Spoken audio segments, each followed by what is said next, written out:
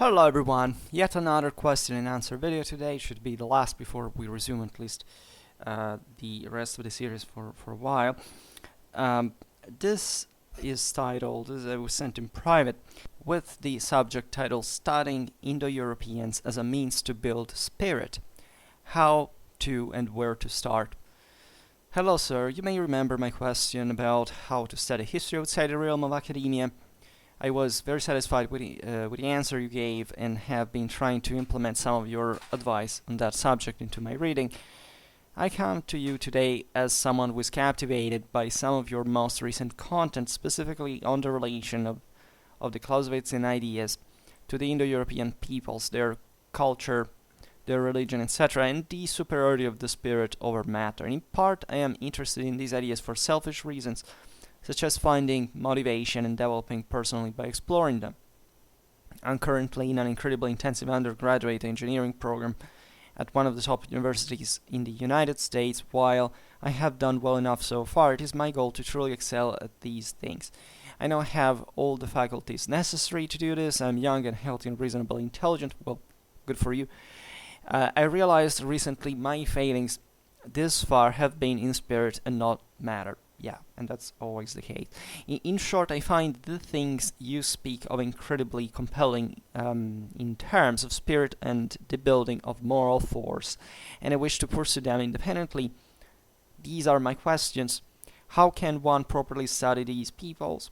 Where should one look for sources on these peoples? Do you think that the study of these peoples can revitalize the spirit in the way I have described? I thank you for regarding this and very much appreciate your content signature. Alright, so kind of a interesting introduction to the questions, as a matter of fact, multiple ones, and I think this question is, I usually don't answer every single question I receive, by the way, so this one allows me to, I always do it in function of what I can, not just, if I have time, of course, making a favor, satisfying somebody's curiosity about the topics that I myself bring on the fore, but also for adding something to this, because I realize that from some time I've been increasing the Indo-European history content, and I had a specific goal with that. I think that as I explained those videos myself, and as the same author of the question proves, these content is somewhat very important for properly a motivational and, just let's put it simply in that way, and while being importantly intertwined with a lot of scientific topics that I address, just mostly from the historical point of view, the military point of view. And as you know, in the past I lamented the intrinsic risk, let's put it in this way, that I was perfectly aware of. I was not worried to make this gamble at all, right? But it can happen to the point I think it's necessary to clarify also why, in fact, how to handle this content and why, and what can backfire in a way. And in fact, this letter was the very good chance for doing it. For example, this letter hints at the interest, the captivation, literally, towards what I came up with recently, is how Clausewitzian ideas are connected to the ones of Indo-European peoples and so on, and just this aspect that is not actually contained in the questions below is one of those that only by itself could motivate the the person, if properly gotten right from just the Clausewitzian side of the story. For example, I've been having a lot of subscribers ever since I actually stopped. It was temporary, and it's not going to be permanent, hopefully.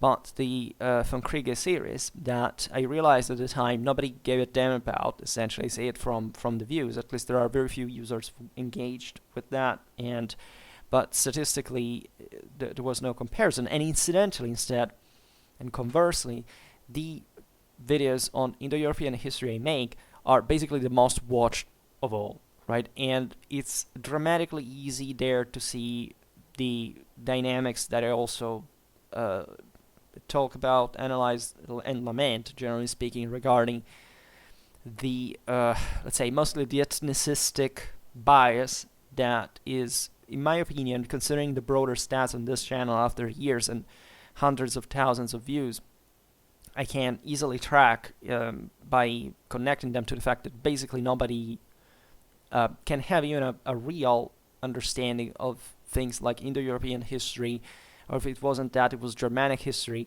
just because somebody comes from, I don't know, an ethno-nationalistically obsessed background, right? That is the best way to fail and not to understand any single thing about these concepts, because they're not basically contextualized in what gives them meaning and reduce them to an extremely simplistic and mostly distorted at the individual's will, right, subjectively, say, function that they can have, right, to support any kind of idea, right? I wouldn't be surprised if the average kid out there, just as it happens, like, comes on my channel just because wants to hear just more Germanic history, because in the West we have kind of a bias towards that, and doesn't care literally anything about the rest, nor the Clausewitzian theory. Too complicated, right? Too much effort, too much, brain to squeeze. And then I come up with certain other topics, and they fall from the sky when I say, when they realize that I don't, first of all, they hardly understand, again, what I'm doing, and that's the main problem. Like, if you haven't gotten there, you can't even properly understand what it is when it's in front of you. But secondly, they project on me certain political or ideological expectations that, of course, do not quite meet my person. Not because I don't like Indo-European history or Germanic history. I like them too, right? And I make these videos also in a way because I'm biased towards them. But I'm biased in the sense that, of all the things that I could talk about, I talk about these, and the reason why I do it was, first of all, because I know them. I could know other things, but I came through them mostly. In fact, I came to them mostly through history, through military history, medieval history, ancient history, and in fact, the Clausewitzian theory, the realization, in fact, it's the topic of this question of the prevalence of spirit over matter. And of course, from a political point of view, I absolutely feel the necessity of spreading more these ideas for what they mean, essentially in a moral scientific sense, not in an ethnic or nationalistic sense, about which I don't give a damn, because they are actually conflicting with even the Indo-European religion, as a matter of fact. And that's something that, if I already say, tilts, I don't know how many people's brains, because they just can't reason outside the equation, sometimes Aryan peoples, white supremacism, or things like these, right? So I'm aware to talk to an audience that is just the one I can find on YouTube, and that for this reason, I'm not referring to the content, to the author of the letter, or whatever, but I realize that if somebody wants to approach this topic, I should give properly a guideline that is clear enough to avoid certain misunderstandings. And again, not because you can't become obsessed, let's say, or in love or passion, whatever, with Indo-European culture, religion, whatever. Yeah, I think it's one of those topics that have been seriously and really unfairly and almost criminally, from a cultural point of view, removed from our Western mindset. This, again, is 95% of the time misunderstood by the other side by saying, so we should turn like Nazi once again. No, this has nothing to do with National Socialism, right? To an Indo-European of the second millennium BC, National Socialism would have seemed like a demonic, chthonic dimension of the masses of the fourth estate, they would have been disgusted by that. It would have been, literally, they would have considered them as racially inferior in a spiritual sense, and so that's nothing to do with that. And this is the first point that we will address later. Here, looking at the question in itself, at least the prodrome. Okay, let's pass directly to the questions without too much ado. So, how can one properly study these people? So this is a good point where to start from, because I personally don't know what it feels like at a cognitive level to address, like to learn to discover these, let's say, not much these people, because we factually don't know sometimes properly anything about them. Think about the Veda. Those people existed just because we have a tradition that talks about them. But archaeologically, they're gone, right? There is not even a single piece of evidence, or at least, there's no way to track it to them in a way. This is some of the greatest problems that we are also, materialism has indulged us to make us believe that just because something is, I don't know, a material evidence, it's somewhat more important than, I don't know, an historiographical tradition, right? Without history, you go nowhere, right? Archaeology alone would count for just, I don't know, at best, 10% of what we need to understand history. And so these people, we don't know, because essentially, aside from the very few archaeological evidence we can find here and there about what they were, and they weren't anything specifically different from others in material culture, etc.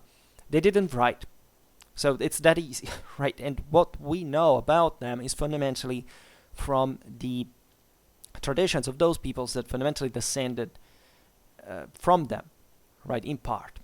And we have different branches that correspond, in fact, to the ones of the so-called, in fact, Indo-European peoples and the linguistic branches. And there is all a controversy regarding the Indo-Europeans as in their ethnogenesis more than else, and in their identification in the first place, because they're a real enigma, right? That far in history, you can't really have many certainties in the first place.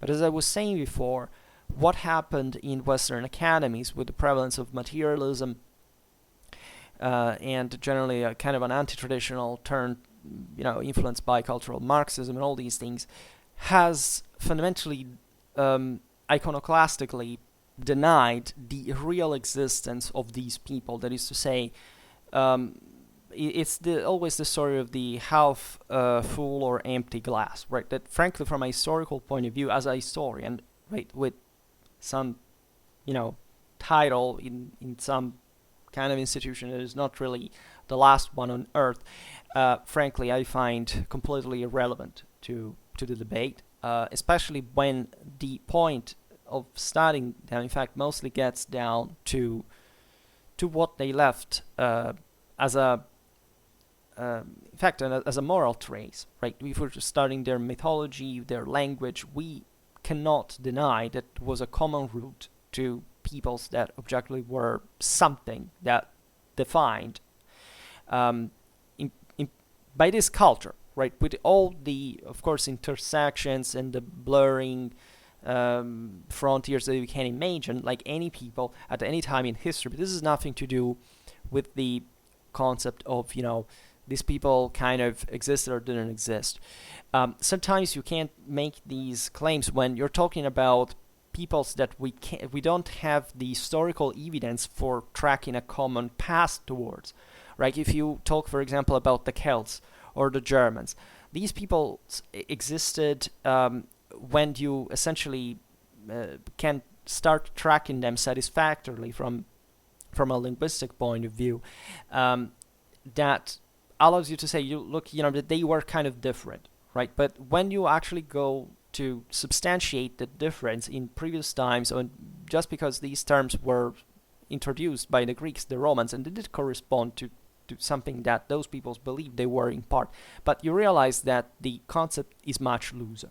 When you talk about Indo-Europeans, it's a very complex thing because it gets down to the whole concept of the prevalence of spirit over matter. Because when you talk about the Germans or the Celts or the Romans or whatever, from the traditions of which we study Indo-European religion and thought, right, and valorial system, of course we are witnessing peoples that had dramatically diluted the original Indo-European message that was an incredibly radical one from a moral point of view, and that is the whole point of the story in a sense, and that we think of, I would say, we don't study these peoples aside from their language in a way, and it's obvious that at that point you can say, yes, this was a language that was spoken, probably there was no, for example, no political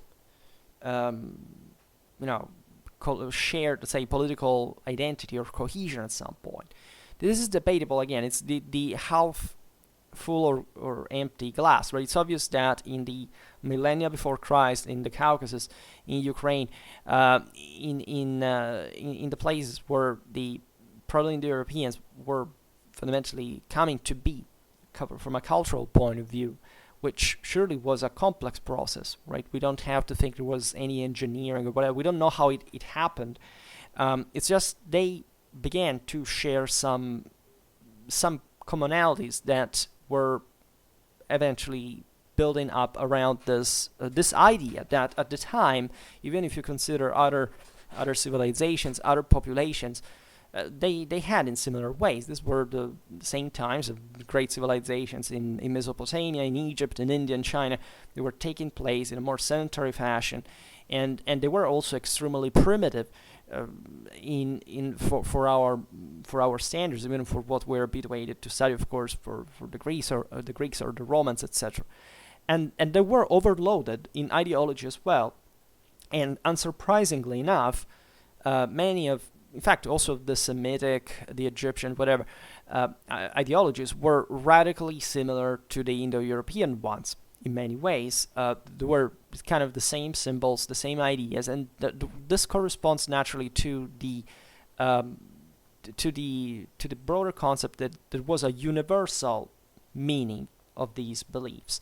Some go as far as back to saying, there was a previous civilization that these people somewhat maintained memory of, not necessarily in the Europeans themselves. The myth of Atlantis. That's a thing that that doesn't interest us more than much, or even up to a certain point, because there was definitely an idea of such things. It's not just the Platonic anecdote. There was really in all these cultures the memory of past events that go beyond what even at that point we can even properly track in any other fashion, because at that point those mediated traditions that do not date from even Proto-Indo-European times, of course, as we were saying before, we don't have the sources, but from the later peoples descending from them, surely do display an idea of that, that perception, right? And that's a very complex thing. Again, we can't digress on. But let's say, so what happened historiographically is that before World War II, especially in Europe, where generally speaking in the West also, the best academies existing out there were all about Indo-European history that was being essentially studied in very deep fashion. A lot had been uncovered. There are some great names. In fact, if you really want to start studying anything about this topic, I would advise, first of all, to go to the sources. We'll see now, but a comprehensive, even if dated, reference is always Dumezil.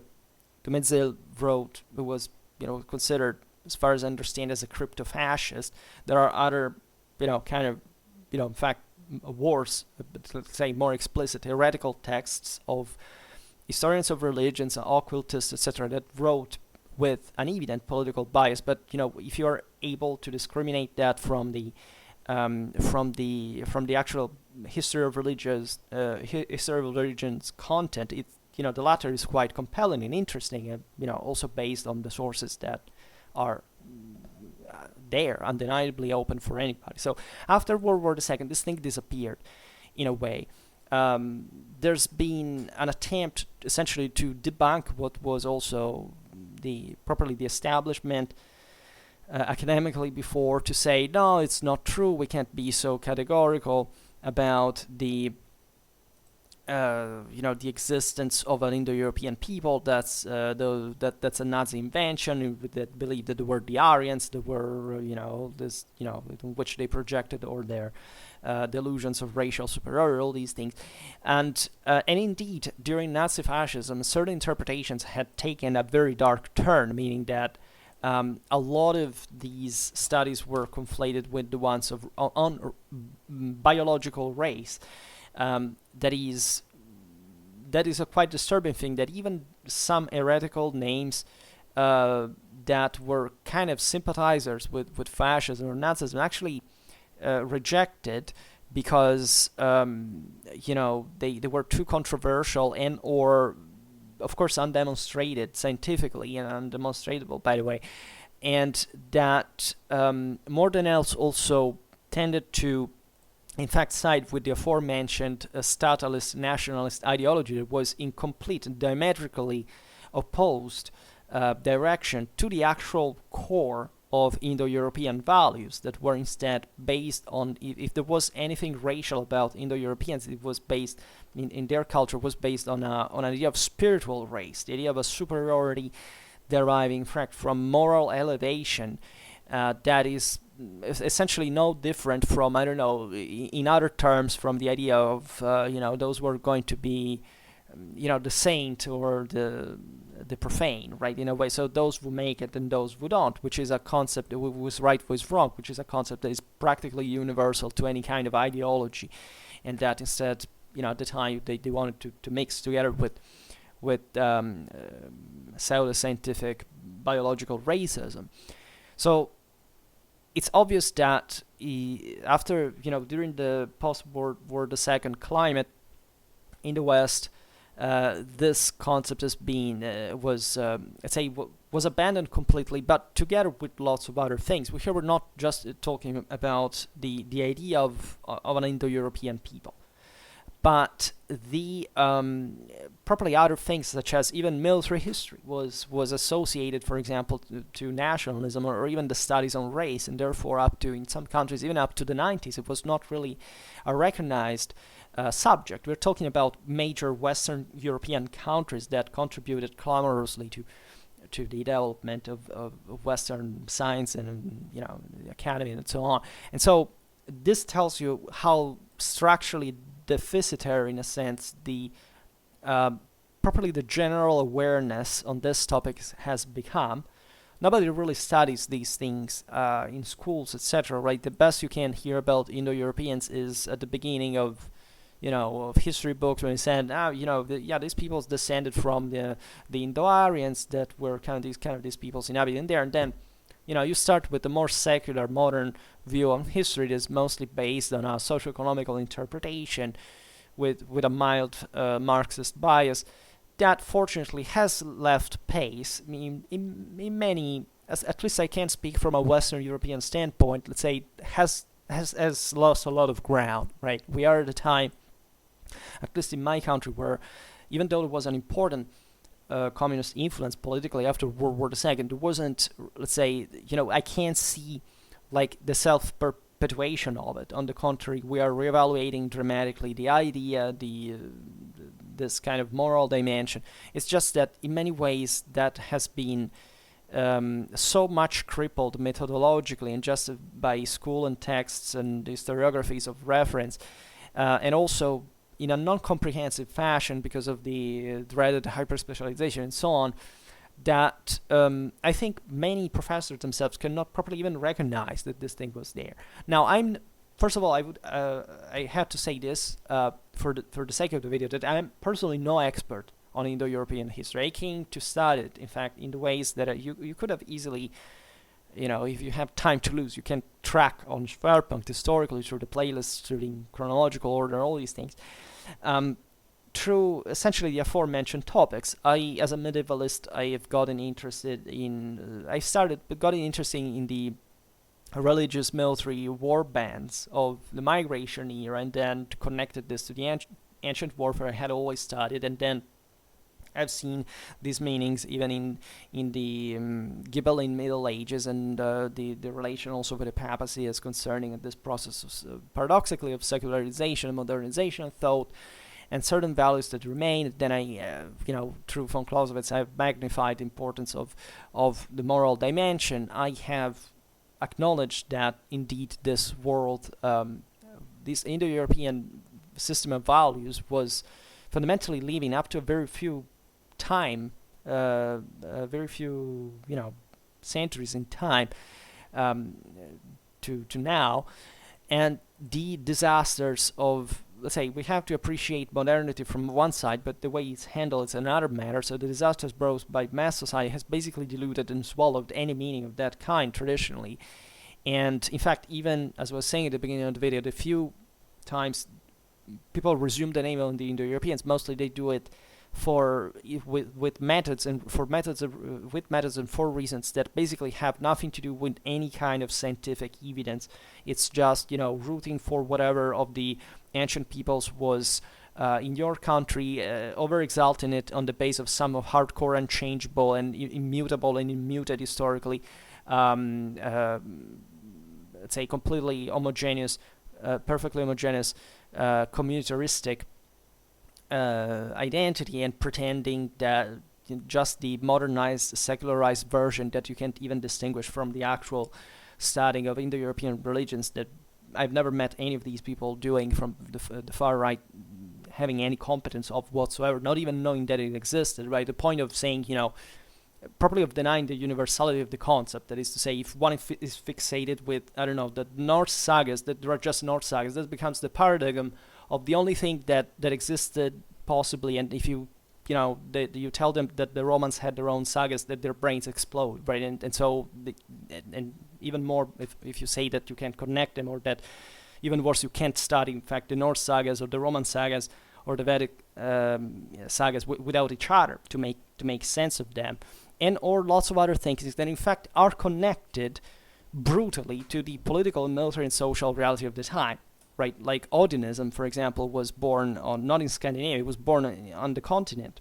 Was born in Germany. It was passed on to Scandinavia. Just most people that we asked from that background, they have no idea of that. Also because they don't understand the reasons that are at the base of that, why it was needed for those communities to create that idea, and also why it passed to the north and what the north was.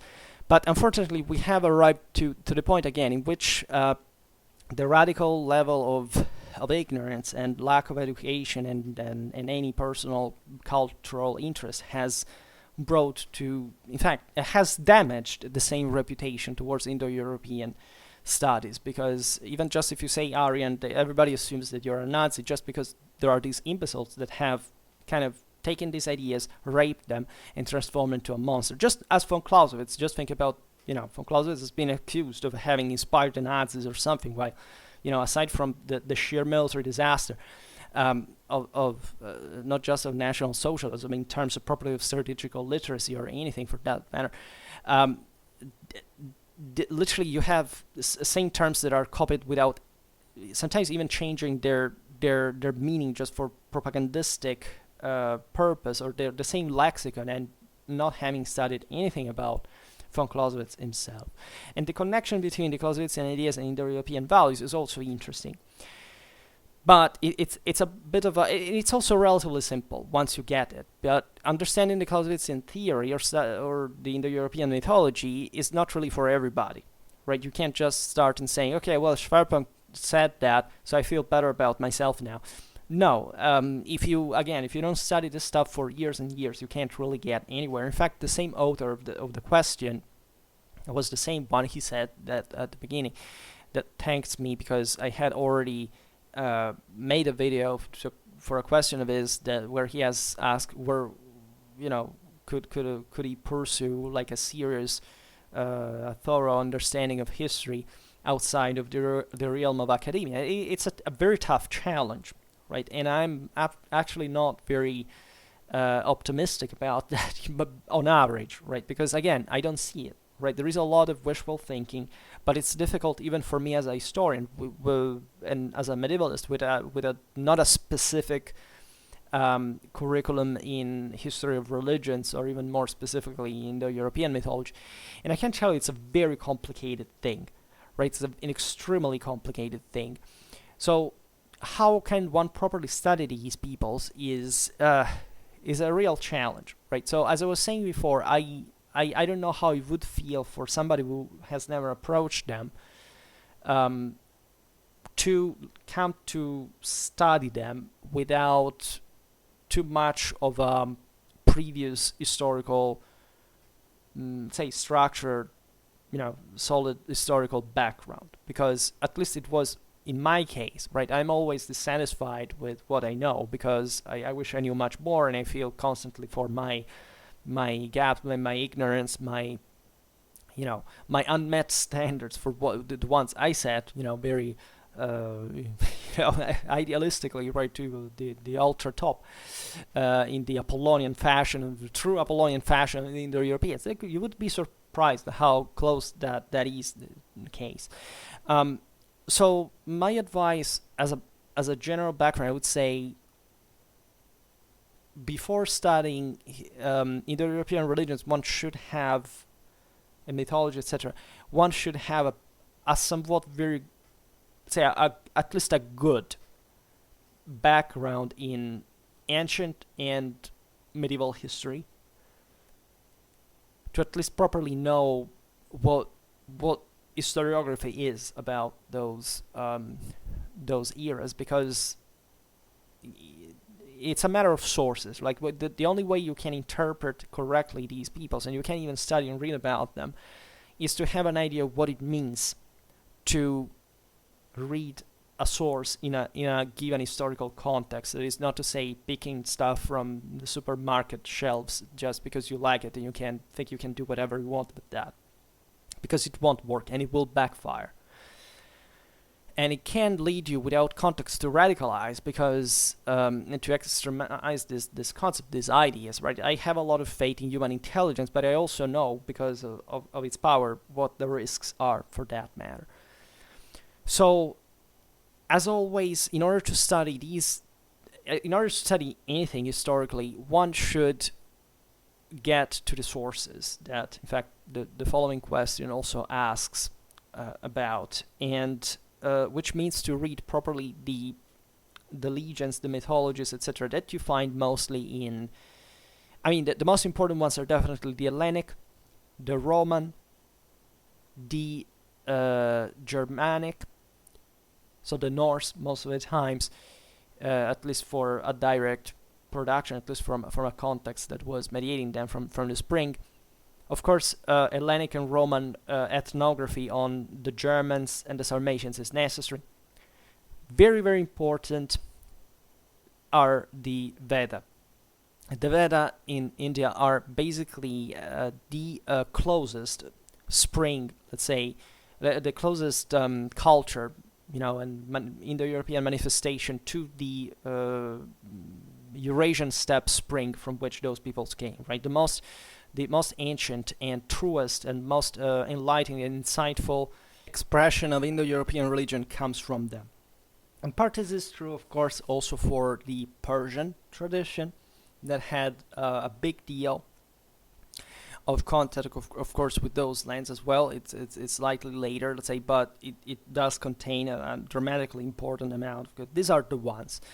The Celts and the Slavs are less documented, but of course there is a lot there, comparatively speaking, you can read. But basically, the most refined understanding of Indo-European mythology comes from the compared study of Roman, Hellenic, and Norse tradition with the Vedic one as a paradigm, and the Persian one that also was quite strongly connected to that, and where, in fact, a lot of surprising and interesting things come from.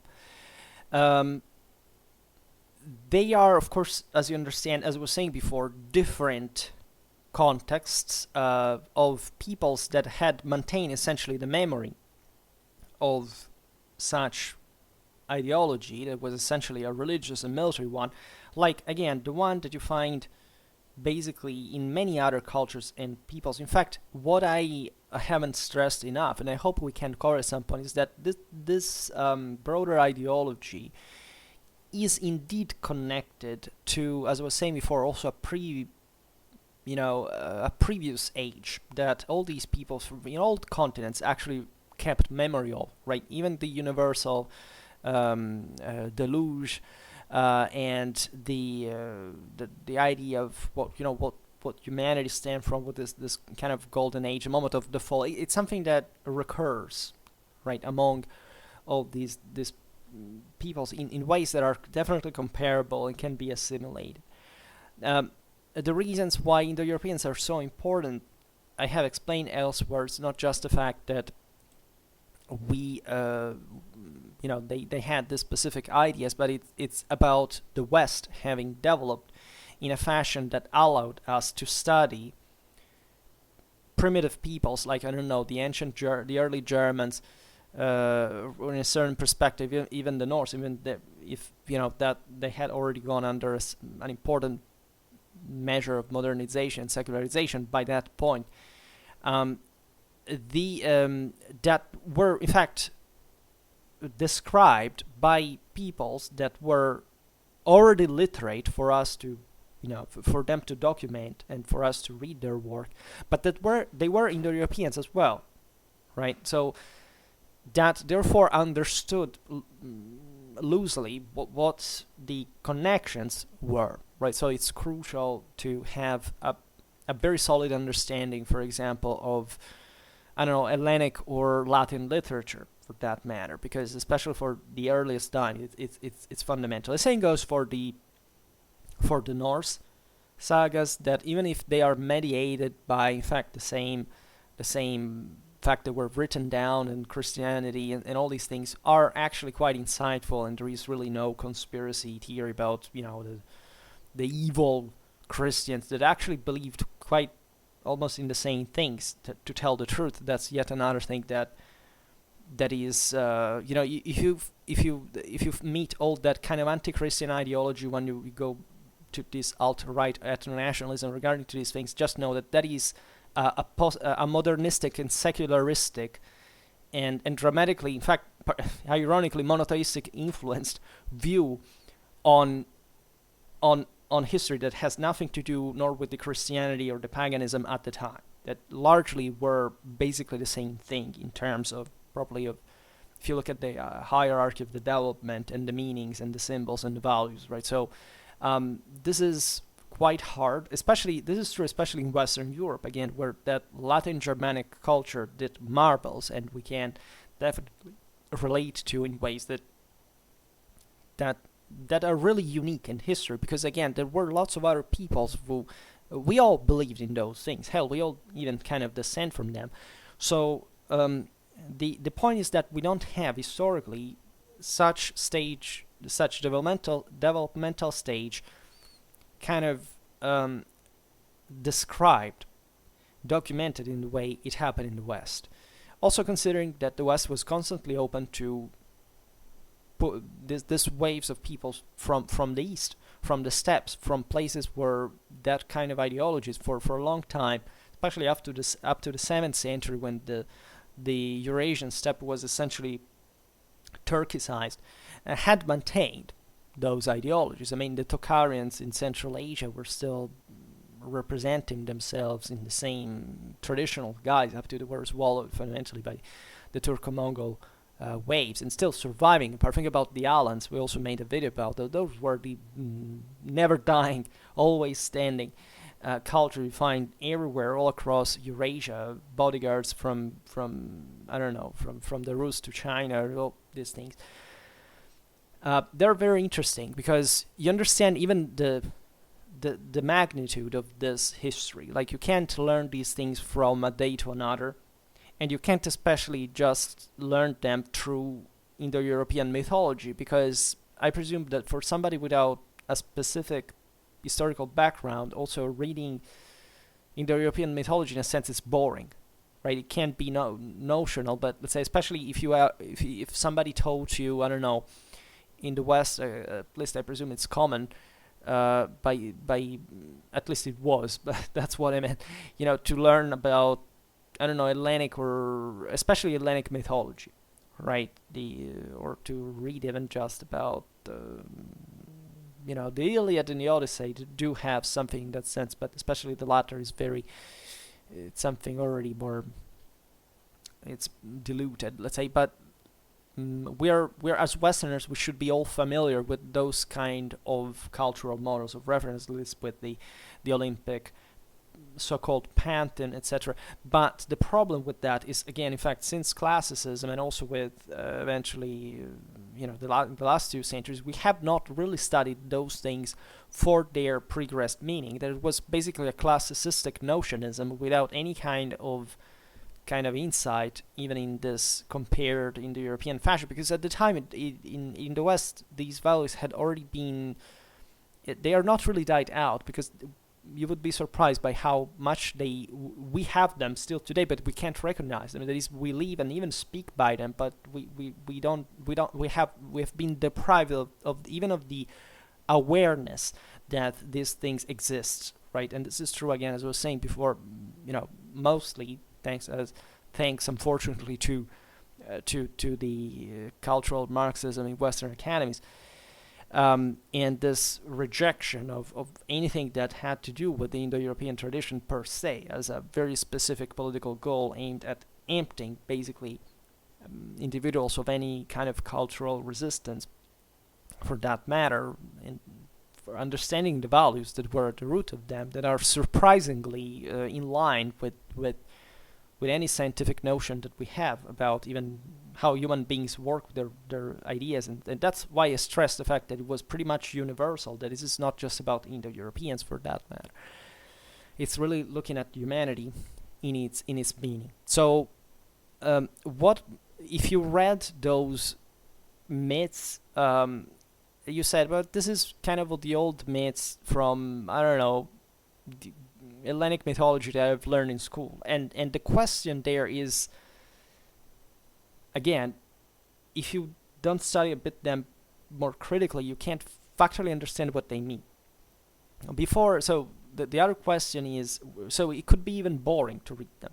The other question, where should one look for sources on these peoples? So as I was saying before, I think that in the entirety of Hellenic mythology, the Persian sacred texts, the Vedic tradition. If you think about the Mahabharata, I mean, there are lots. If you watch my videos, you can find this stuff.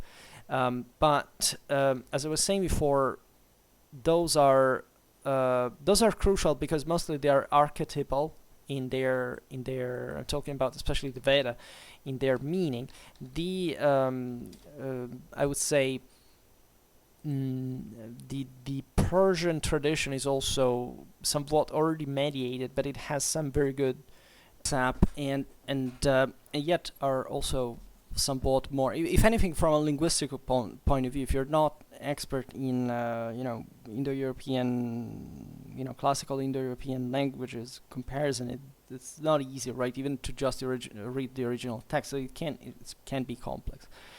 Say when we come to Western Europe, we have definitely, say, more cultural connection with that, because the texts are even more mediated, but still they are somewhat more relatable, and they're still very insightful for that matter. And there is a great deal more of, as I was saying before, lots being written down, and the even some details, some shades and semantics can help dramatically in that field. So Hellenic mythology, which is paradoxically, even though it is importantly showing the struggle between Indo-Europeans and the Chthonic, the Pelasgian peoples, and how much the latter had an important comeback, especially in classical times, for us to have even motivated, in fact, an idea of Greece that is not quite the one that we would expect in an Indo-European sense. In fact, has probably the single most complete and crystal fixed idea properly of Indo-European rule and sacrality, and it's really powerful because in part it was a matter of, you see, the peoples that conquered the most advanced sedentary cultures among the Indo-Europeans were the most powerful ones, were the ones who had more power properly to achieve that. So there is an enormous deal of traditions, even properly in Southern Europe, that exemplifies that, and that left an enormous impact that, culturally speaking, is even greater, in fact, of the one of the North in intensity. Then, of course, the Roman sagas. By the Roman sagas, I literally mean the entire legends about Roman history. So basically, whatever falls before 270 BC, from which Roman history is something between myth and history, in fact, that it's mostly stuff written, as you know, historiographically in the 1st century BC, so it's very mediated, but it's enormously revelatory, and also in the Roman case actually shows the top realizational phase of Indo-European ideology. I mean, the same Roman Empire is basically the fulfillment of the Indo-European promise that was never achieved practically in that measure. Through our revitalization, we made a video about this, and how, the Indo-European roots of Rome brought properly to the empire, and we're talking about an important amount of legends and stories that show this, probably better than many others, because they take a more civilizational character. The more Rome kind of realize the necessity of what it takes to create an empire. So the idea of civilization is not anti-traditional at all, and that must be known. Just in the West, it's appalling how I think everybody knows Hellenic mythology, but when it comes to Roman history or archaic religion, people completely ignore the fact that there are the sagas there, and that they are some of the most hardcore Indo-European expression you can imagine. Then, of course, the say Germanic mythology broadly meant, also eventually through the sagas and so on, that is really rich. It continues, it spans over time, right? There is properly there. It's what I was talking about relatively to the ability of documenting the development of people at a stage of development that we don't have for others, right? The Romans, as the Greeks, wrote from very different standpoints, because the Greeks, let's say the Hellenes, came to rule over very developed areas. The what we call as in fact, the Latins, the Italics, when they came from Central Europe into Italy, that it was a completely different situation. So the Romans came to document things much later and much more abruptly than, for example, the Greeks did. And this, so when, I don't know, the Romans were at the same stage of development of the early Germans, we have nothing basically contemporary that can, that can parallel what we know about the Romans at the time, as opposed to the Germans, because at the time of the early Germans, the Romans were already dramatically advanced for documenting them, and therefore we know about the early Germans as a literally prehistoric people, certain stages of Indo-European development that was too early to document for others in the same way. And so that's why we are extremely lucky to see all basically the millennium of Germanic history that passed from this almost kind of animistic dimension to essentially monotheism by the beginning of the second millennium AD. And the sagas are also probably overlooked in the detail, like they are overly studied, probably there is an enormous interest towards them, but in terms of popular culture, they are also probably neglected. Everybody says, the sagas, the Norse, whatever, so cool, whatever, but again, as I was saying before, it's mostly ethno-nationalistic aesthetics, right? When it comes to actually study the sagas, it's a completely different thing, and studying the sagas is not reading them. right? You can't read all these sources like just as I was saying before. You wouldn't understand that. You have to be guided linguistically, anthropologically, historically to them. It's a very complex thing, and if linguistically you have kind of no idea what they mean, it can be complicated. But of course, as Westerners, we kind of at least are the closest that exists to that, and therefore we are at least advantaged by some degree. And so this is fundamentally it.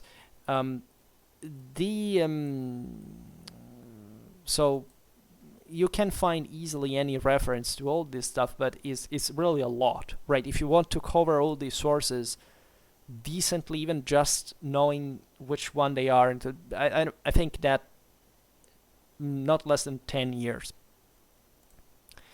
is necessary. So where should one look for sources on these peoples? The most useful thing you can do in that regard is to back this with some historiography. As I was saying before, I think reading the whole work of Dumezil is necessary. Dumezil is, again, as I was saying before, mostly the pre-iconoclastic phase where people really and legitimately believed that there was an Indo-European interpretational pattern in all these ideologies, and they were right, in my opinion. After that, no, it's not true. Look, there are Near Eastern heroic texts that are identical to the Iliad. Yes, they were, and that has nothing to do with the fact that, of course, they were extremely similar people, and yet they, the meaning of those texts was undoubtedly connected to the origins here and there of these various populations, and yeah, the Indo-Europeans were there, and you can surely find that as the influence from the Semitic world, there's no doubt. But this doesn't erase the fact that, again, there was something that we don't see in with that degree of intensity in other worlds, because simply the Indo-Europeans were more warlike, and therefore they necessarily, in a Clausewitzian sense, magnified the moral dimension, because without that they could have not taken over at different waves literally the world. Right, we speak their language, even though we largely descend from the pre-existing peoples of Europe, because they won through moral superiority. This happened many times historically. These were peoples rated as deep as, as the Mesopotamia, as Egypt. I mean, there were peoples that had an enormous capacity of projection because they had an enormous moral force. They literally believed in that concept of pure action, of magnification of the absolutization of the individual, of the possibility of transfiguring and divinizing on the base of this accomplishment. It's a very complex system, and it's not immune indeed from kind of intersections and degrees, etc. But that's because, in fact, we study, again, these peoples mostly from, say, millennia after they forged that idea, right? So that probably even when, I don't know, the Greeks were describing the Sarmatians, it's not that they read in the Sarmatians' heads, right? But the Sarmatians probably at the time had something dramatically more hardcore that the same Greeks, of course, had at that point, right? And that is not documented because the Sarmatians fundamentally didn't write. So it's always the same story, and we have to be extremely thankful for the fact that it was somebody who was writing that and not just whining like children because, I don't know, you want to project on some sort of cultural disruption when you should just be thankful for the fact that these peoples wrote, even with their bias or whatever, because fundamentally they were also the same peoples who believed the same things, even if they weren't quite rationalizing it. But what is important about this is that such let's say a dynamic is beyond any barrier, right? You can't study these peoples in a sense. In this, maybe the iconoclasts are right. You can't study these peoples if you reduce them to people. This is the point, because the thought and the truth and the force were superior to anything else. So for themselves too, I don't know, the bodily dimension was just an illusion. And even more, the patterns through which we reason today, that are mostly 19th century ethno or racially, nationalistically, and statalistically drawn on the base of peoples, which means there is a people with a boundary, with a color, with a language, with a flag, and that had nothing to do with the world of the time. So much that the same term Aryan simply is an anti-racist concept if you think about it, but because it simply means the noble ones, right? And so it's a typical ethnonym, that generic ethnonym, as for most ethnogenesis worked through that, right? Only the best, the nobility, the oligarchy, in fact, could come to be part of the people. And in fact, the whole concept of Indo-European peoples is that they were radically, but I mean radically, elitistic people. They were in the moral sense, right? So this is, again, has nothing to do with class struggle. This has to do with the fact that a human could transfigurate into a god, right? And even though there is a communitarian aspect to it, of course, the idea of stock, of blood, it was present. This did take some kind of racial tone over time, if anything, because these people, yes, sometimes looked different. You can't find, contrarily wise to whatever you can think, a very deeply ingrained racial bias even in, among the Romans. Right, you have been fed the modernistic, multiculturalistic bullshit that the Romans were tolerant or they didn't care about race or all these things. They actually did, and every person who has like an elementary education in Latin literature knows, from Horace to Apuleius, even times that were quite secularized compared to the origins, that there is this explicit reference to racial bias and contempt, properly in an Indo-European sense. So.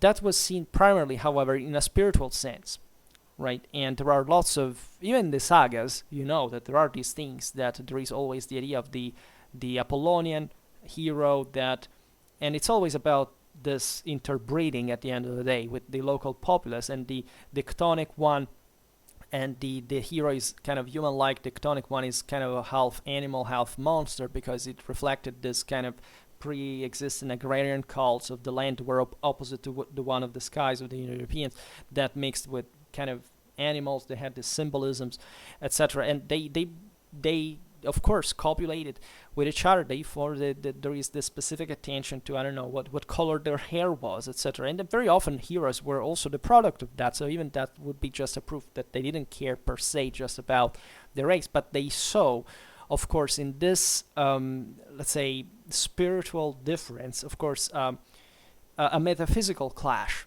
meaning that in every community you can find, of course, the one who is spiritually superior, spiritually inferior, and so it's always a strife. As much as within yourself, there is always a better side and a worse side, and you have to always keep up the struggle. And this was seen by the Indo-Europeans as the core, fundamentally, of their belief. But there is much more. There are also the if you wanna accompany yourself necessarily, and I think they're more interesting than the sources. At least you can read the sources after you read the studies, or in parallel. That's how it should be. There are interesting works. Some are very old. Some you can find it even for free, if you search, I'm sure, on archive.org. There are all the, I don't know, the Indo-Kaufmannische Forschungen, for example. There are more recent things about, I don't know, the Journal of Indo-European Studies, the Tokaran Indo-European Studies, all these things. The Leiden Studies in Indo-European, the Copenhagen Studies in Indo-European, the Leiden Indo-European Etymological Dictionary Series. And in fact, the latter titles bring us also to the linguistic point that one may find boring, but it's actually not, because there are texts that explain how essentially language was connected to the belief system. of these peoples. It was completely motivated from the skies. That is to say, the language, and largely the same language that we use today, is connected semantically, onomatopoeically, etc., with properly the sky movements, the astronomic ones especially, the whole idea of fire that leaves in the skies and descends on Earth and is sacred, and think about the sacred fire, the rituals in the Veda, in the Persian tradition, all these things that lives on in Rome. It's everywhere practically, and this is all passing through the way properly language was organized among these peoples. And that is, in fact, the aspect which probably is also more studied. I presume, I'm not sure about this, but I think that at least the most intense debate in the Indo-Europeans revolves around linguistical matters, because much of the debate, as far as I understand, revolves properly around the ethnogenesis, as we were saying before, like, did these people exist or not? And so everybody says, first of all, since we can't demonstrate that, let's say no, because if you think that they were a people for real, we will just support the idea of racial homogeneity that the Nazis were pushing. I think it's pretty stupid to think, because first of all, there is no such thing like an homogeneous people in the first place, and even if these peoples had been more compact for some reason of political cohesion, etc., I mean, who cares? Why shouldn't we guess that? Which is quite likely, by the way, even by saying that, yes, there were just groups of peoples, like loosely men. Yeah, it's correct, but again, it's always the half full and half empty glass, and at some point it doesn't even matter. Just look at what these people thought.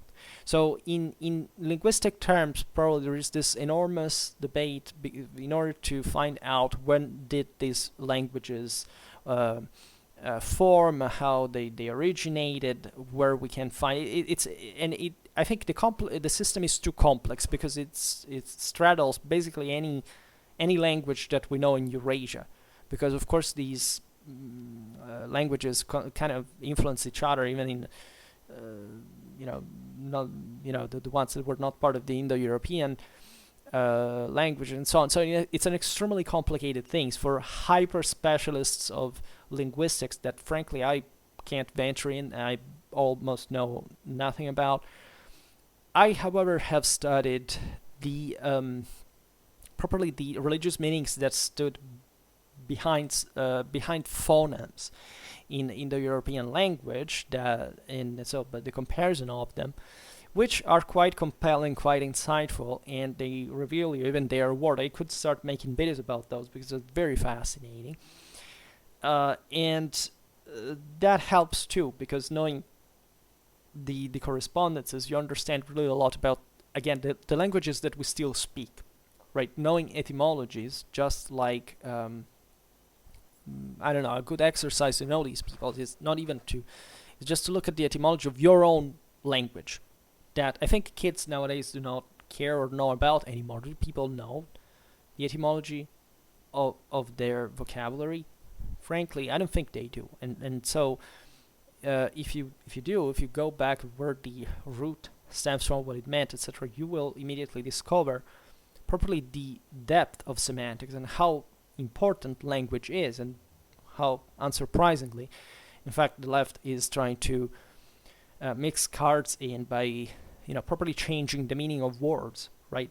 Unhinging them from their etymological meaning and confusing everything for the sake of destroying culture and tradition, that as an ultimate goal. So knowing etymologies is, I think, the standard standpoint from which a mature human being can do anything in civil, moral, and scientific terms, because otherwise it's completely wasted.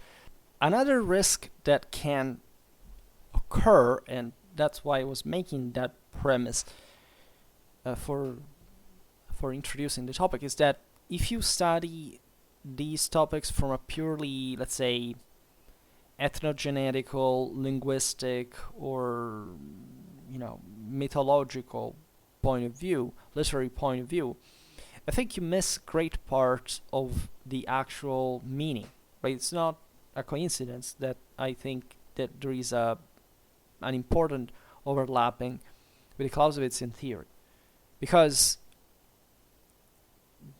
the understanding is that the moral awareness reached by peoples that were constantly under threat and were essentially boosting their own morale to not just to win in the first place, right, but also in that sense to extend their power and to being able even to reinject it at different waves in a world that had never forgotten it, and kind of revitalize those efforts, and making things spring, like, I don't know, the Alexandrian Empire, the Roman Empire is a direct consequence that has been explained to you in merely socio-economical terms, is in fact crucial to be understood from a political and military point of view.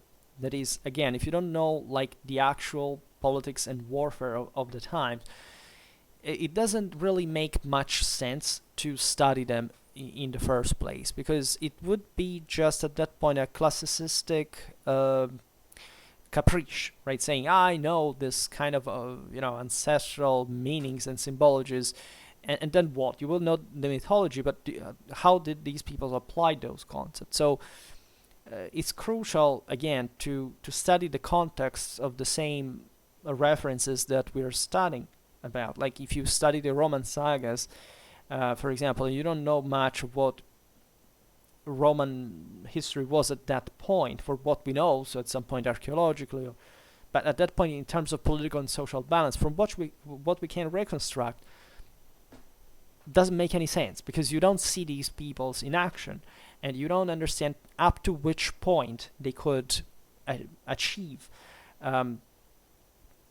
just if you study this as a broader philosophy. In fact, I would say it's important for answering the question to stress that there is no such thing like I read the stuff and I get revitalized in spirit. It doesn't happen like that, but it can fascinate you, it can push you to know more. But again, the effort that is required, even just to understand these things, is worthy only if you bring it to the utmost,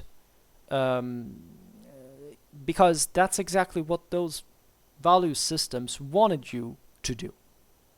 And that's why studying warfare, that was essentially, as we've seen in that video I made recently on the Indo-European doctrine of holy war, which is yet again something that we hardly ever hear, even as a concept of holy war, because we have been so modernized and secularized.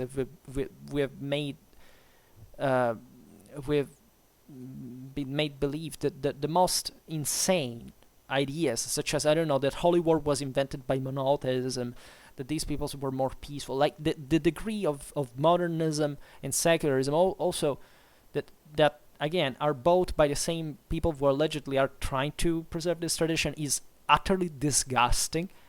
And again, this stuff is not to be understood as a mere manual. It didn't work for them like this. War was central to them, and as such, war must be studied if someone wants to learn them in the first place. In fact, I think that exactly this is the point, that not studying military history, even after World War II, because war is scary and all this stuff, is an incredible cultural damage. It's a mistake. It's a complete lack of the responsibilization of collapse of civil and democratic culture that is appalling, to the point that, of course, if you don't teach people what history is, they can't even understand the meaning of Indo-European mythology, because it's all about that. It's all about how the mind reacts to war, and the degree of weakness and, in fact, of passivity and fatalism and incapacity to resist, that it's basically the standard nowadays, both for liberals and for conservatives, is like, how can we make a quick change soon? It's impossible, right? We have destroyed our own culture to the point of non-recognition. So this is probably the single, I think at this point it may be the single most important historical phenomenon that nobody is realizing anymore, because it has to do with, it's not about the West, it's not about a few millennia, it's about the entire human existential experience from a cognitive point of view, from a scientific point of view, from a moral point of view. All these things have been stripped, chewed, recompressed, cut to pieces in ways that we don't recognize anymore. It's that those peoples understood things in ways that were morally driven, in the lack of scientific understanding, in a way, because also the extremes to which they were brought morally, of course, schooled them scientifically. In fact, it's incredible to see how spot on ancient religions in general are, scientifically speaking, and the reason why this is not envisaged today largely, even though in normal academies is, because there are branches of research that are famous and famously directed exactly to this, is to realize how in the metaphor there is probably a scientific notion that corresponds to modern physics that we have said, okay, it's kind of bullshit, right? And I can make examples that are, I don't know, somewhat strange or weird, but I'm not saying here this is completely unexplainable in a way, but it's like saying it's a typical modern man prejudice that everybody who came before them was stupid. And this is just a declaration of stupidity per se. But I don't know, we find medieval illustrations of dragons with plumes, and we're discovering that also dinosaurs at some point had plumes themselves, and we had rejected that, and in the first reconstruction of dinosaurs we had not understood. Now, I'm not saying that there was an actual scientific knowledge in medieval times about that, but let's say, sapientially speaking, whatever the world is still hiding us in terms of what could have been before, that we factually don't have much of an idea of, right? Had there been at some point in history which is highly unlikely, but let's say a civilization like the Roman one somewhere, this point would be all destroyed without any trace, right? And we wouldn't know, right? So I'm not saying that, I know that prehistorical archaeology, all these things have also this kind of pseudo-scientific ideas. I frankly don't believe in per se, but of course we are discovering stuff that are definitely changing or remodulating our understanding also of what kind of human civilization has been in prehistorical times, because we may have missed definitely too much, right? And again, I'm not sympathetic towards those who magnify these ideas just for the sake of selling stupid books, like just from a journalistic standpoint, because those people are just exactly the ones that we don't need. And they are the regurgitation of those Pelagian peoples that have been brutally repressed by the Indo-Europeans. But I'm joking, of course. But not too much from a moral point of view. But definitely there are things these peoples knew, even just as a life experience, that we can't really replicate anymore.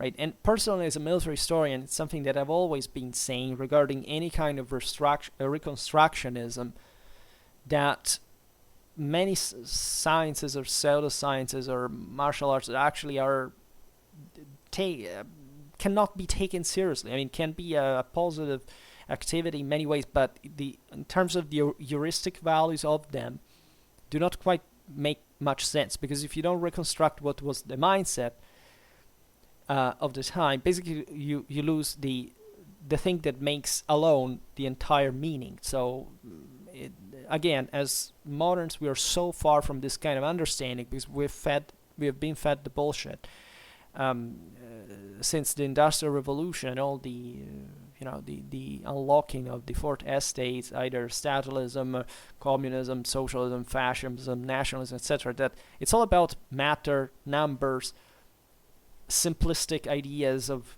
cheap identities, etc. That we can't even we're not habituated to understand anything of that anymore, right?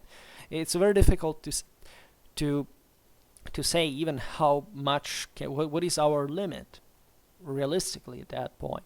So that's why I'm saying one can't really read Indo-European mythology and simply saying, okay, well, and I get it, because the meanings that are expressed there are so sublime and so intense and absolute and highly,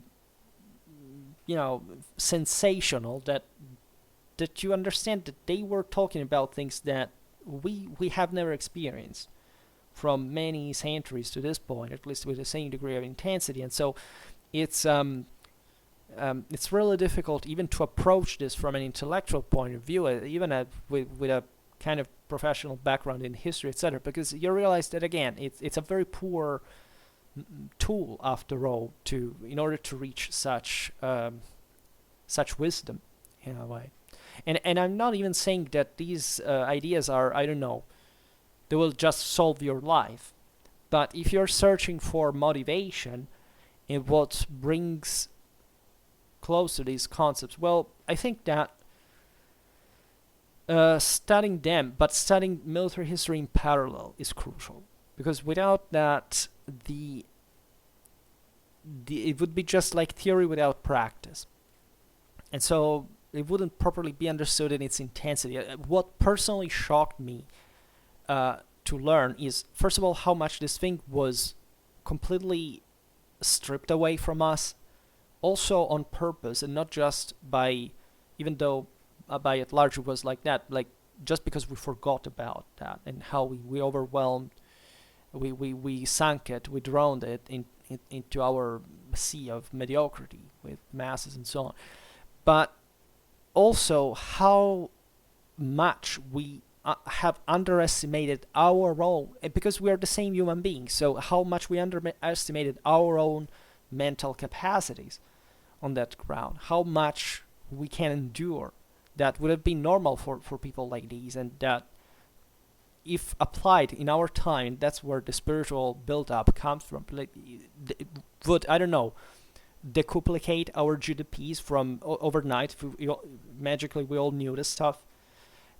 It's really a big deal, and I'm not kidding. It might be, again, the single most important historical dynamic that, in addition, has been completely removed from our realization.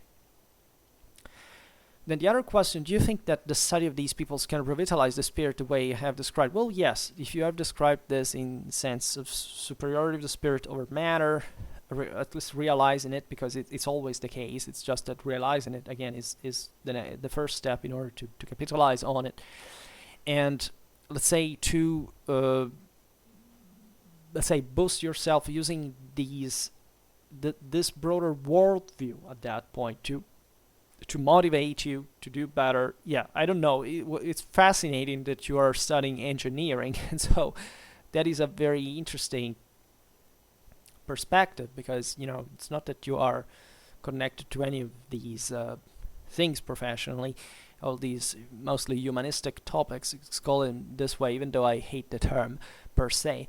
But indeed, I think there can be a benefit, even in just existentially like that. I know that engineers from clinical psychology sometimes they have difficulties of understanding properly the human thing, right? To the point you can consider like a human being functioning like a machine, from and not much more. But actually, that could be instead a very interesting opportunity for you to couple the spirit and matter in the way that is needed to make the world function, right? So it's the superiority of spirit over matter, yes, but it's never the elimination of matter. In fact, Indo-Europeans knew it pretty well, because their ideal enemies, their ideal competitors were the matter, were the agricultural peoples, were those who believed in just the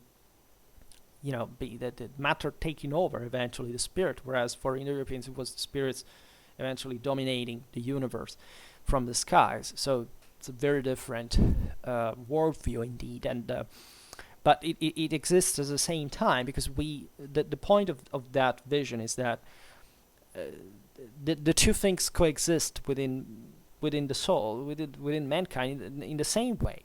We're body and flesh intertwined, but in the moment in which you realize what you can do, just if you motivate yourself adequately and in front of the infinite, because life is finite, and so the universe is not, and what's beyond just makes you understand that what you do in life is a unique chance of infinite worth that we are just throwing in the bin instant after distant for us to essentially repent at the moment of our death, and this is it's terrible, and but it's motivating at the same time. There can't be, and this is what the broader Indo-European thing, there can't be any achievement without suffering, right? Recovering the idea of suffering as a human necessity in order to achieve is, I think it's supported by any kind of scientific subject that we know of. I mean, and yet again, in popular cultures, it's all cheap, quick, pleasure earned at the instant, and then don't think about the future in the long run, or don't plan it, because that aims at becoming ever weaker, becoming ever smaller and dependent on others that can take over you, and it's the same ideologies that the Indo-Europeans were countering, right? Just to make an example, if you go in the Christian history playlist, I made a lot of stuff about the ecclesiastical history and ideology, and the great part of ecclesiastical history that is very complexly connected actually to the same Indo-European question, and the empire, the investitures controversy, all this thing. Don't think it's not connected to it. It's all connected to it. The Indo-Europeans do not stop somewhere in the millennia before Christ. We are the same people. They lived on. They lived the same thoughts, beliefs, ideas with our universal values, right? For those who study the Middle Ages, which is an incredibly modernistic ideology, the idea that there was something like the Middle Ages completely miss usually the point that papacy and empire weren't like a medieval thing. Like they were much older and universal concepts that were just declined in that specific way. And again, nobody has taught us while teaching medieval history that they were connect, in fact, to that past in that absolute sense, and that there was a gradual process of modernization and secularization that made gradually lose meaning and everything. But I don't know, for example, the coming back of the Gnostic, leftistic, we could say, ideologies, the Chthonic, the Pelasgian masses, the Aphrodisian, and the Dionysian. Look at the Cathars. These were basically communist vegans. Does it tell you anything what you see today? These are cyclical, maybe not cyclical in the sense that they come really, in a predictable way, but they come, let's say, in the sense that they're normal to happen, because there is always the Dionysian that looms next to the Apollonian, and that threatens, conflicts with it, and the masses always are more connected to that kind of materialistic view of the agricultural peoples of the past, whereas the elites are more connected to the idea of rule and the moral strength and force. So it's a dichotomy which never dies, which is always valid, that we constantly live in, and it's there for us to realize. And when you study these all these things in perspective, that's where they start taking properly a shape and a meaning for us to recognize, because we know what they are. It's not that they should be told to us again.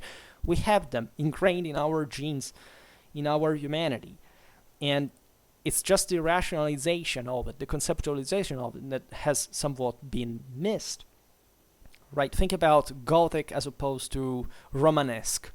There is a big deal there of the difference between the Apollonian and the Dionysian, right? The Romanesque that had a heavy, bulky structure that had to terrorize in early medieval times this masses of colonists, etc., fearing them of the deities of the underworld would devour them. These were things that were believed millennia before Christ. Same goes for the Gothic, then instead it's pure light, it's pure spirit, pure essence, the whiteness, the light, the shine, and the elevation towards the sky that reflected the heavily hierarchical feudal structure overloaded of aristocratic values of individual strength and power. Those are the same identical meanings that are gonna be repeated over and over again. And the same Christianity, in fact, gets them, because Christianity was born in a Judaic context that at some point was polytheistic in the origin. It was the same. Polytheism actually never existed, but let's say it's you can't say, as they would like to make you believe, that, I don't know, monotheism stole or copied that idea was, monotheism in a sense was present, not in the modern sense, but in the idea of the superior God that ruled over everybody, in the same Indo-European people. That's the other bullshit you have been fed, that these were polytheists. It's not really true. If you look at their system of values, it was evidently and obviously and necessarily, like in any civilization, the need of a single God, that it was incidentally the one of glory, the overruler from the sky, etc.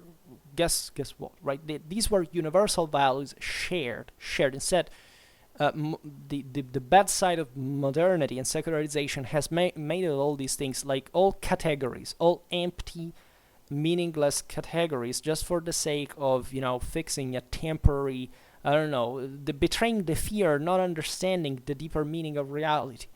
Let's make this classification so also we don't have to make any effort later. That's the same thing we do today. We store everything in machines, but we don't make effort anymore. That's the same process going on. And it explains why we have arrived to this point from then. But again, even in here, as I always say, we shouldn't be afraid of admitting that this happens because our scientific understanding, also thanks to our moral efforts, allows us to live this way. But science is not an enemy. Science is what we should couple with moral strength. It's just that the more science goes up, the more we rely on matter without making any individual effort, the more our moral side goes down. And so the problem is not science. Science is just a set of information that we have to use, and a method that we have to make work. It doesn't work by itself. That's the Pelasgian pre-Indo-European fatalistic thing that is coming back, right? We must make individually the effort of pure action to revitalize that moral strength in order to couple it with science to make the world work at a magnificent level. And actually, to an engineering student like the author of the question, this should be a kind of a very interesting message to give, because he works so much with matter in engineering as well. So that's quite of a chance that sometimes I personally don't have, for example, because I study other things. Doesn't matter how I also, scientifically biased I am just by personal inclination, but I didn't study, hard science factually ever since I finished high school myself. So whatever I can remember is just revisiting things that I haven't studied structurally, whatever. So that's also a problem. So yes, I think that these studies can revitalize the spirit. But again, they should be understood in this comprehensive fashion. It is very difficult to achieve without literally a lifetime spent studying them. Which, again, so it's not that you simply read Indo-European stuff, it's done. Right? It doesn't work like that, unfortunately. Even when you read those works that tend to reveal mostly these aspects that I'm kind of also getting interested into from some time. Then I thank you for reading this and very appreciate your comments. So you're welcome. Thank you. That's signature, right? And that's basically it. So I hope that this video explains a little bit and it can be useful in a way. Again, I understand that it's crucial to spot the sources and the studies. So one could be more specific about the what to read, what not to read. I think again, if you get those references in start by yourself with the sources, right? I have made if you are interested in specific references, I've made an Indo-European history playlist, so that can be useful because I've made several videos at this point on the topic, and there I address the specific works and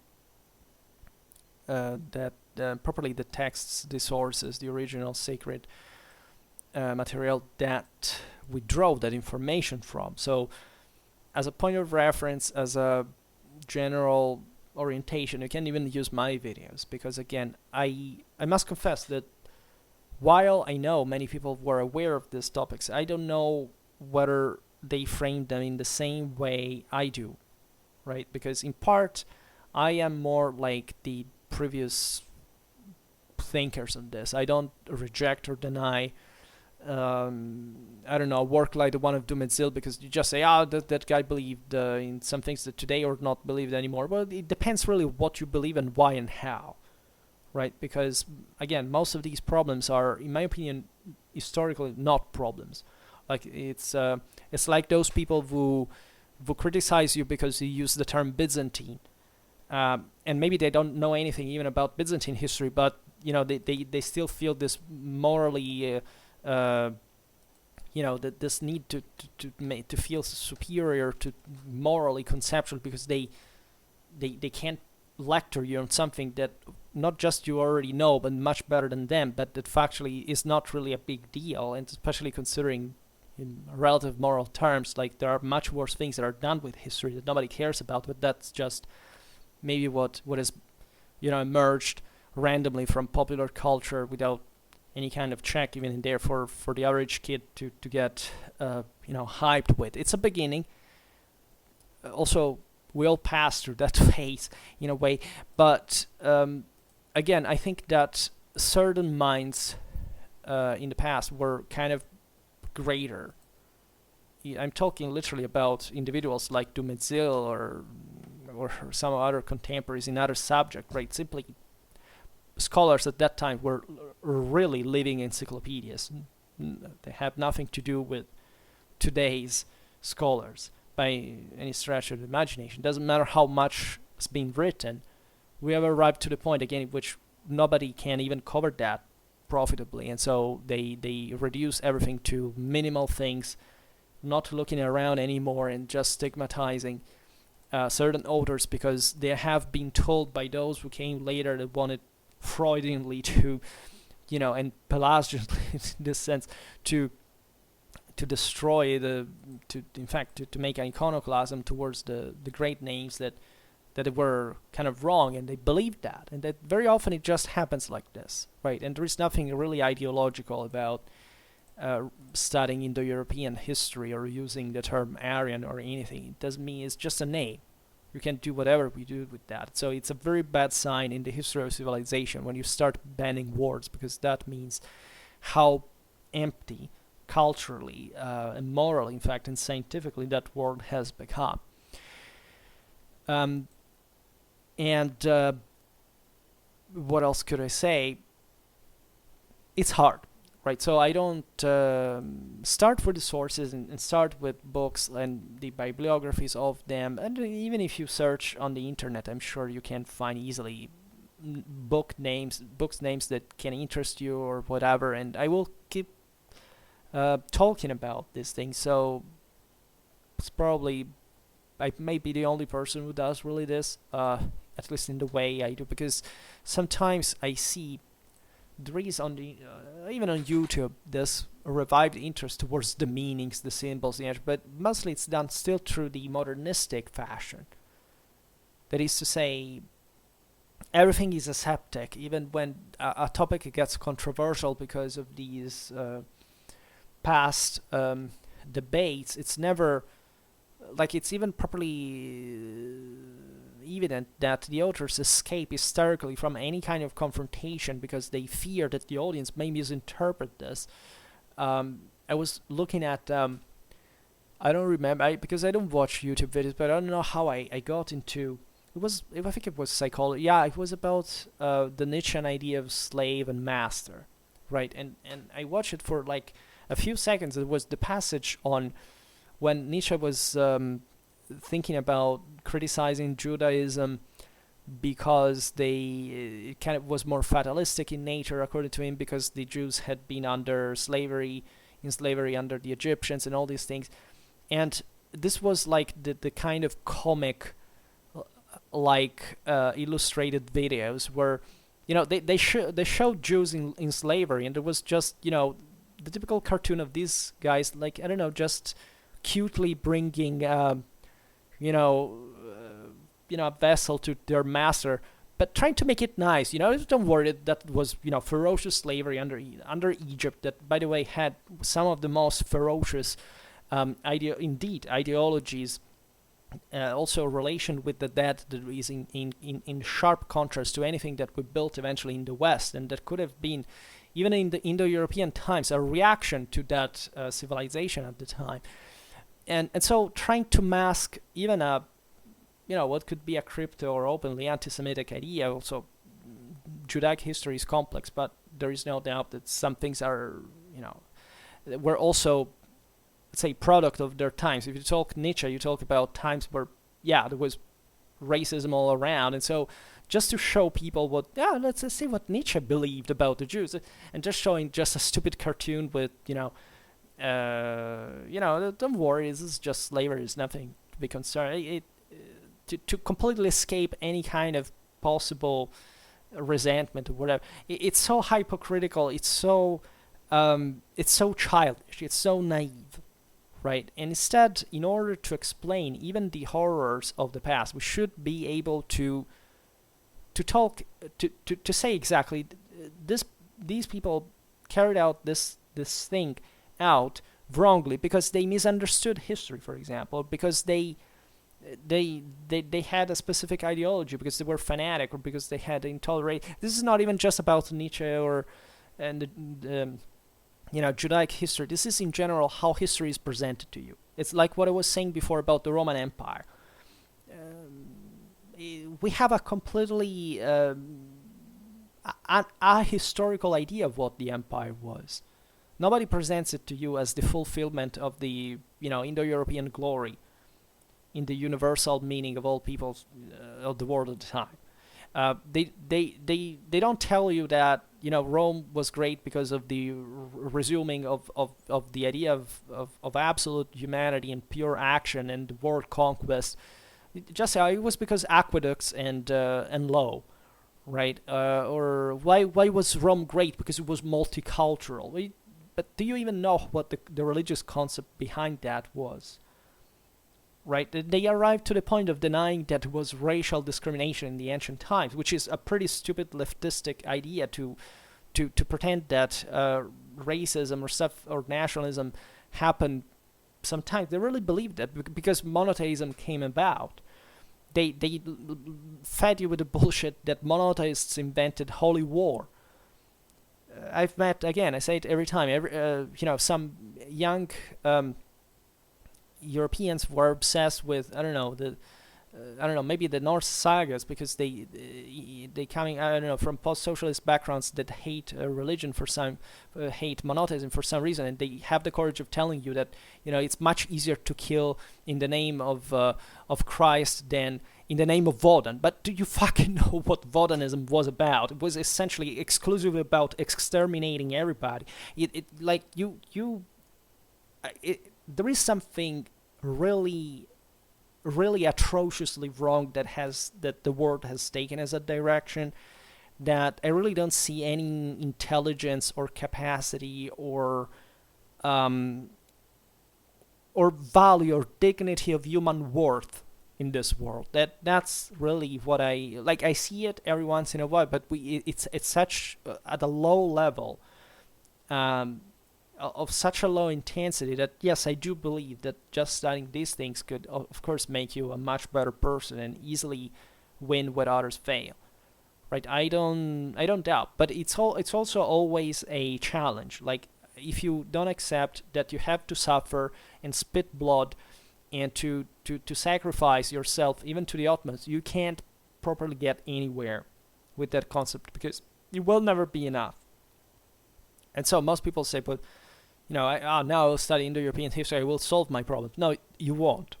Right? You will become more likely to, but those problems never end. They're never supposed to end. Life wouldn't have meaning without suffering. And so make your considerations and study those things, because they will tell you effectively how it is. Right? As for your studies, I wish you good luck for that matter. But also consider again that